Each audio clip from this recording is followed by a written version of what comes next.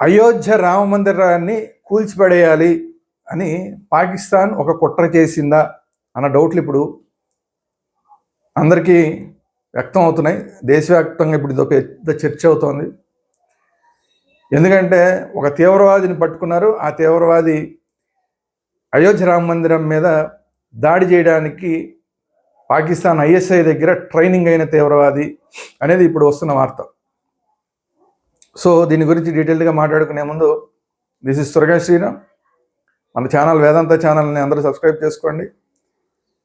At the same time bell icon కూడా నొక్కండి. Bell icon నొక్కితే మీకు ఎప్పటికప్పుడు ఇలాంటి అనేక వీడియోలు రెగ్యులర్గా వస్తుంటాయి. అవి అప్లోడ్ అయినప్పుడల్లా మీకు అప్డేట్స్ వస్తూ ఉంటాయి.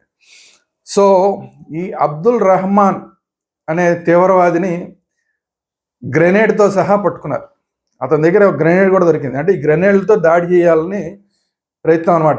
అయోధ్య రామ మందిరం మీద ఈ గ్రెనేడ్లు విసిరాలి. అది మరి జనాలు ఉన్నప్పుడు, ఎప్పుడూ జనాలు ఉంటారు అక్కడ. సో ఆ జనాలు ఎంతమంది చచ్చిపోయేవాళ్ళో తెలియదు. అలాంటి పరిస్థితి. అలాంటి ఒక కుట్రని విజయవంతంగా గుజరాత్ అలాగే హర్యానా పోలీసులు ఇద్దరు కలిసి, ATS పోలీసులు అంటే యాంటీ టెర్రరిస్ట్ స్క్వాడ్ పోలీసులు ఇద్దరు కలిసి జాయింట్ ఆపరేషన్లో పట్టుకున్నారు. అయోధ్య రామ మందిరం మీద కుట్ర జరుగుతోందని చెప్పి వీళ్ళకు ఇన్ఫర్మేషన్ వచ్చింది. ఆ ఇన్ఫర్మేషన్ ఆధారంగా హర్యానా ATS పోలీసులు అంటే యాంటీ టెర్రరిస్ట్ స్క్వాడ్ పోలీసులు, at the same time Gujarat ఇద్దరు యాంటీ టెర్రరిస్ట్ స్క్వాడ్ పోలీసులు కలిసి ఈ ఆపరేషన్ విజయవంతంగా నిర్వహించి అబ్దుల్ రహమాన్ అనే అతన్ని ఫరీదాబాద్లో అరెస్ట్ చేశారు. ఇతని దగ్గర నుంచి గ్రెనేడ్లు స్వాధీనం చేసుకున్నారు. ఇతను ఏంటయ్యా అంటే ఆల్రెడీ పాకిస్తాన్ ISI దగ్గర ఇలా దాడులు చేయాలన్నది ఇతను ఆల్రెడీ శిక్షణ తీసుకున్నాడు అనేది ఇప్పుడు పోలీసులు దగ్గర నుంచి వస్తున్న సమాచారం. అంటే డైరెక్ట్గా పాకిస్తాన్ కుట్ర ఇది. ISI అంటే ఏంటి? Pakistan intelligence service. So Pakistan కుట్ర చేసింది. అయోధ్య రామ మందిరం మీద పాకిస్తాన్ కుట్ర చేసింది. దాన్ని ఎలాగైనా పడేయాలి అని. అక్కడ కొంతమందిని చంపేయాలి, దాడి చేయాలి, పెద్ద గందరగోళం అయిపోవాలి, కొంతమంది చచ్చిపోవాలి, మొత్తం దేశంలో అల్లర్లు చర్రలు రేగాలి అనేది వీళ్ళ టార్గెట్ అనుకుంటా. సో ఆ టార్గెట్గా ఇలాంటి వాడు ఇప్పుడు అబ్దుల్ రహమాన్ అనే అతను ఒకరితో దొరికాడు. ఇంకా ఎవరో వేరే వాళ్ళని పట్టుకునే ప్రయత్నం చేస్తున్నారు. ఇలా ఇతను ఒక్కడైనా ఇలాంటి వాళ్ళు ఇంకెంతమందినైనా పంపిస్తున్నారా అనేది ఇప్పుడు అందరికీ ఆందోళన కలిగిస్తున్న అంశం. సో ప్రస్తుతానికైతే విజయవంతంగా ఆ కుట్రను ఛేదించారు.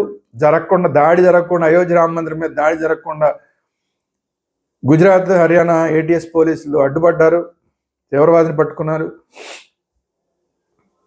కానీ ఇంకా ఇలాంటి వాళ్ళు ఇంకా ఎంతమంది అయినా ఇంకా వేరే ఎవరన్నా కూడా వచ్చారా అనేది దర్యాప్తు జరగాల్సిన అవసరం ఉంది.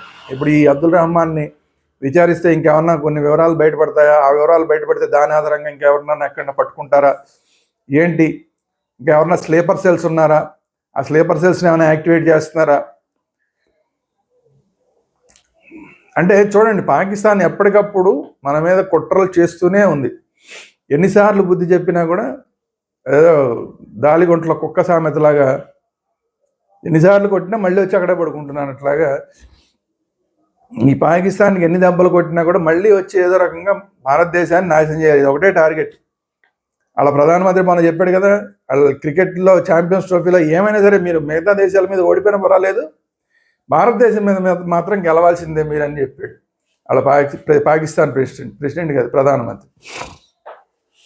సో అట్లా ఉంటుంది ఎప్పటికప్పుడు. మొన్న ఈ మధ్యేమో అసలు ఇంకొక పెద్ద జోక్ వేశాడు. భారతదేశం GDPని మించిపోయి మనం GDP వెళ్తుంది అని చెప్పి ఒక స్టేట్మెంట్ ఇచ్చాడు. అందరూ GDP అంటే సరిగా అసలు తెలుసా? మన భారతదేశం యొక్క GDP అక్కడ ఉంది, పాకిస్తాన్ యొక్క GDP అక్కడ ఉంది. నక్కకి నాగలోకానికి ఉన్నంత తేడా ఉంటే అసలు అప్పు పుట్టే దిక్కు లేక దేశం అంతా అప్పుల పాలైపోయి కొత్తగా అప్పులు పుట్టే అవకాశమే లేక సరిగ్గా సైనికులకే జీతాలు ఇవ్వలేని పరిస్థితిలో ఉన్న పాకిస్తాన్ అంట మన భారతదేశం GDPని దాడిపోద్దంట. ఇలాంటి ప్రగల్భాలు పడకడానికే పనికొస్తాడు ఆ ప్రధానమంత్రి.